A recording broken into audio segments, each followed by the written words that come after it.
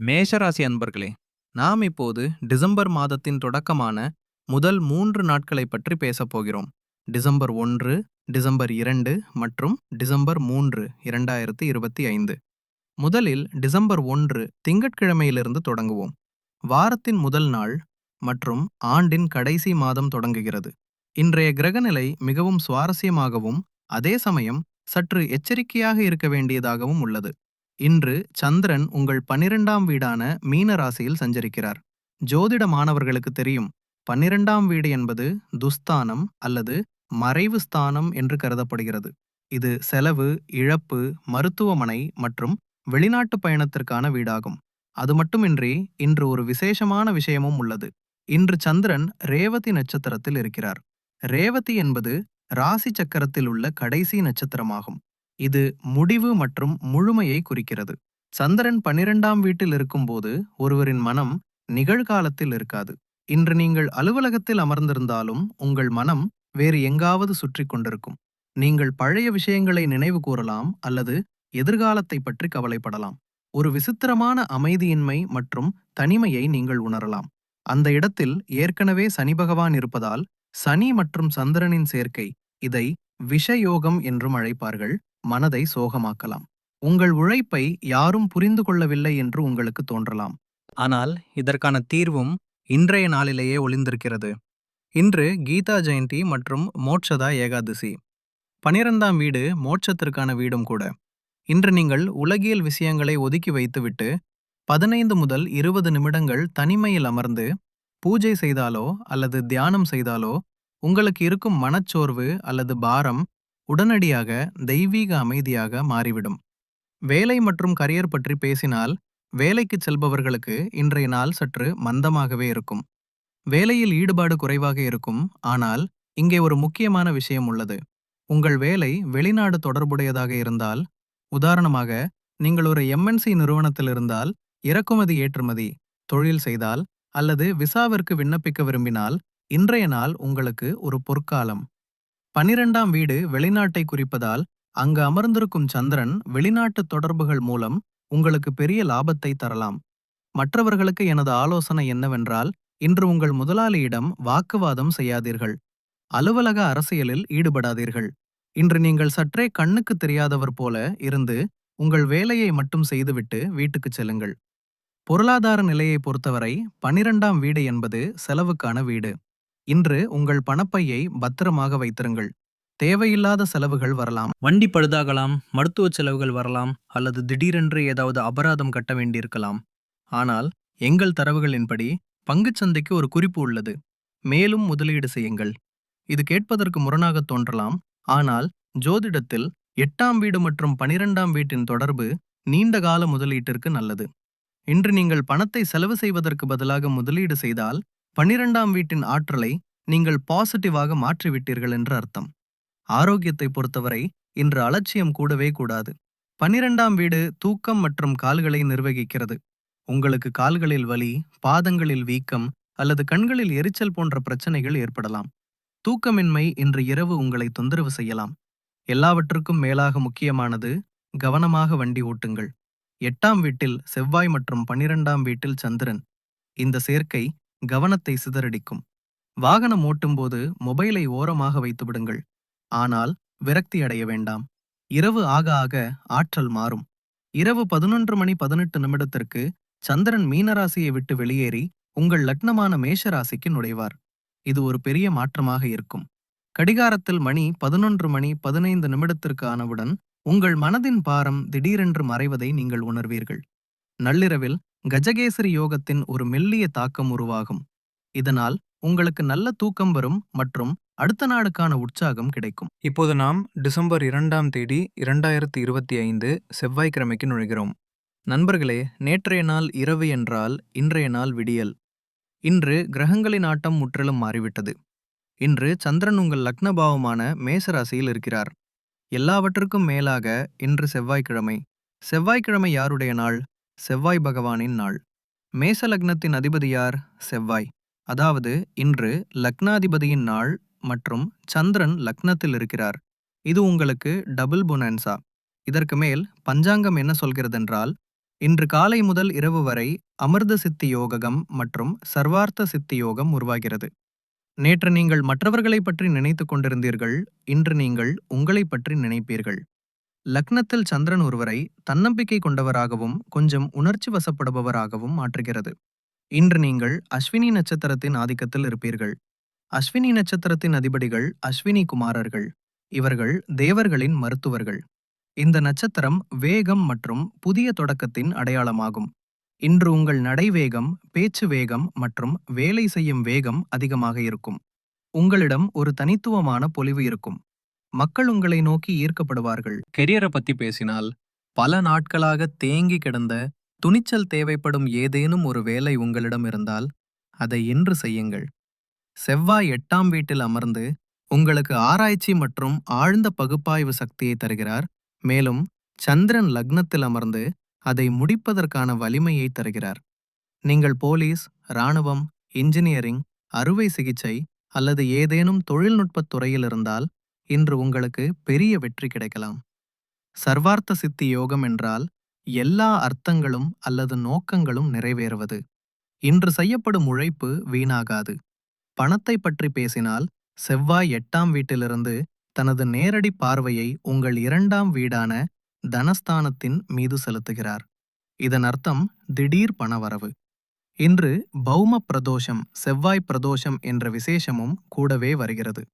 ஒரு நபருக்கு கடன் இருந்தால், அவர் பௌம பிரதோஷ நாளில் அதை அடைக்க முயற்சி செய்தால் அந்த கடன் மிக விரைவில் தீர்ந்துவிடும் என்று சாஸ்திரங்களில் சொல்லப்பட்டுள்ளது. யாராவது உங்கள் பணத்தை நிறுத்தி வைத்திருந்தால் இன்று அவர்களிடம் கண்டிப்பாக கேளுங்கள். பணம் திரும்பி வருவதற்கான யோகம் உள்ளது. பங்குச் சந்தையில் இன்றும் முதலீட்டிற்கு கிரீன் சிக்னல் உள்ளது. இன்று எடுக்கப்படும் ரிஸ்க் உங்களுக்கு லாபத்தை தரும். காதல் வாழ்க்கையில் இங்கே கொஞ்சம் ஸ்பீட் பிரேக்கர் உள்ளது. லக்னத்தில் இருக்கும் சந்திரன் உங்களை கொஞ்சம் பிடிவாதக்காரராக மாற்றலாம். 8ஆம் வீட்டில் உள்ள சுக்கிரன் உறவுகளில் ஈர்ப்பை தந்தாலும் அதே சமயம் சந்தேகம் மற்றும் உரிமை கொண்டாடும் மனப்பான்மையையும் தருகிறார். உங்கள் பார்ட்னரிடம் நீங்கள் அதிக எதிர்பார்ப்புகளை வைப்பீர்கள். அவர்கள் உங்கள் பேச்சை கேட்கவில்லை என்றால் உங்களுக்கு கோபம் வரலாம். ஆலோசனை என்னவென்றால், இன்று உங்கள் எனர்ஜியை அன்பை வெளிப்படுத்துவதில் பயன்படுத்துங்கள், அதிகாரம் செலுத்துவதில் அல்ல. மாணவர்களுக்கு இன்றைய நாள் பொன்னான நாள். அஸ்வினி நட்சத்திரம் நினைவாற்றலை மிகவும் கூர்மையாக்குகிறது. நீங்கள் ஏதேனும் புதிய கோர்ஸை தொடங்க விரும்பினால் அல்லது கடினமான பாடத்தை படிக்க விரும்பினால் இன்றைய நாள் மிகச்சிறந்தது. இப்போது இந்த கணிப்பின் மிக முக்கியமான பகுதிக்கு வருகிறோம். 3 டிசம்பர் 2025 புதன்கிழமை. எச்சரிக்கையாக இருங்கள். இந்த நாள் பார்ப்பதற்கு சாதாரணமாக தெரியலாம், ஆனால் இதன் உள்ளே சில சவால்கள் மறைந்துள்ளன. சந்திரன் என்றும் உங்கள் லக்னத்திலேயே இருக்கிறார், ஆனால் சூழ்நிலைகள் மாறிவிட்டன. இன்று சந்திரன் பரணி நட்சத்திரத்தின் வழியாகச் சென்று மாலையில் கிருத்திகை நட்சத்திரத்திற்கு வருவார். பரணி நட்சத்திரத்தின் குணம் கொஞ்சம் முக்கியமானது, ஆனால் நான் உங்களுக்கு தர விரும்பும் மிகப்பெரிய எச்சரிக்கை கபட யோகம் பற்றியது. இன்று மாலை சுமார் 7:30 மணிக்கு சந்திரன் மற்றும் புதனுக்கு இடையே ஒரு பார்வை தொடர்பு உருவாகும். புதன் உங்கள் 7ஆம் வீட்டில் அமர்ந்திருக்கிறார், சந்திரன் முதல் வீட்டில் இருக்கிறார். மனமும் புத்தியும் நேருக்கு நேர் வரும்போது அவற்றின் மீது பாவ கிரகங்களின் தாக்கம் இருந்தால் முடிவெடுக்கும் திறன் தடுமாறும். டிசம்பர் 3 முதல் டிசம்பர் 7 வரை ஒரு முடிவு நிலுவை காலம் தொடங்குகிறது. இதன் அர்த்தம் என்ன? இது முடிவுகள் எடுப்பதற்கான நேரம் அல்ல, மாறாக சோதித்து பார்ப்பதற்கான நேரம். இன்று உங்களுக்கு ஏதேனும் புதிய வேலை வாய்ப்பு வந்தாலோ, பிசினஸ் பார்ட்னர்ஷிப் வாய்ப்பு வந்தாலோ அல்லது ஏதேனும் சொத்து சம்பந்தப்பட்ட ஒப்பந்தத்தை முடிக்க வேண்டியிருந்தாலோ தயவு செய்து இன்று கையெழுத்திட வேண்டாம். நான் 7ஆம் தேதிக்கு பிறகு சொல்கிறேன் என்று சொல்லிவிடுங்கள். ஏனென்றால் இன்று தங்கமாக தெரியும் விஷயம் பின்னர் பித்தளையாக மாறக்கூடும். இது குழப்பமான நேரம். கரியர் மற்றும் கம்யூனிகேஷன் பற்றி பேசினால், புதன் 7ஆம் வீட்டில் இருக்கிறார்.